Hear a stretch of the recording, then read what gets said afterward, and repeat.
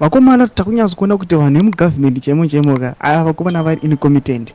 Yes, takaona kuti vakabudisa statement rakanga vakanganisa rarakanyikonzi may so rest internal peace, but kuona kuti the corrected vision yacho yakutodzoka itawo nemamwe maerrors pamusoro zvatotoona kuti vakomana ava aiwa amene kuti chii chirimbonyazo kuitika, amene kuti vakomana vari kupurudza mastatements ava vakambomira. Sisana menda mashoko anobuda itoko pana upload bo subscribe or like on the bell icon.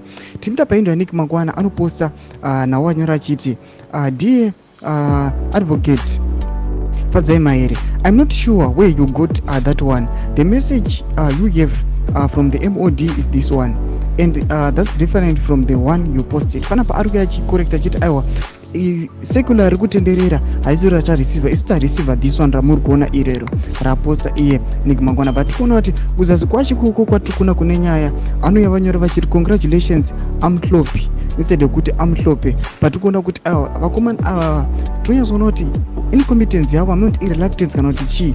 The previous one vanga vakanyora kuti vanoona kuti vakangoedita draft rakagara ripo rarikanzi rest internal peace rino rakuya richinzi amhlopi. Noona kuti ndevele yacho yatovhuniwa kuti waona kuti kuchirungu chacho kwakanasa pekuchisa. Panapa noona Mahere anopinda vanyora mashoko kuti why should the newspaper apologize? Is their responsibility to proofread advice submitted by government. Do you recall that in the first instance you feigted ignorance of the advert? You later said it wasn't your responsibility to check such communication.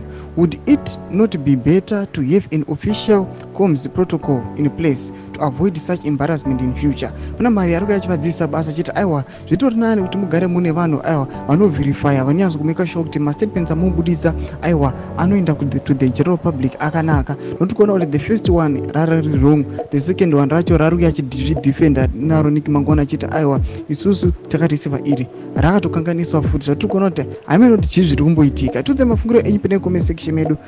Subscribe or like and turn on the bell icon.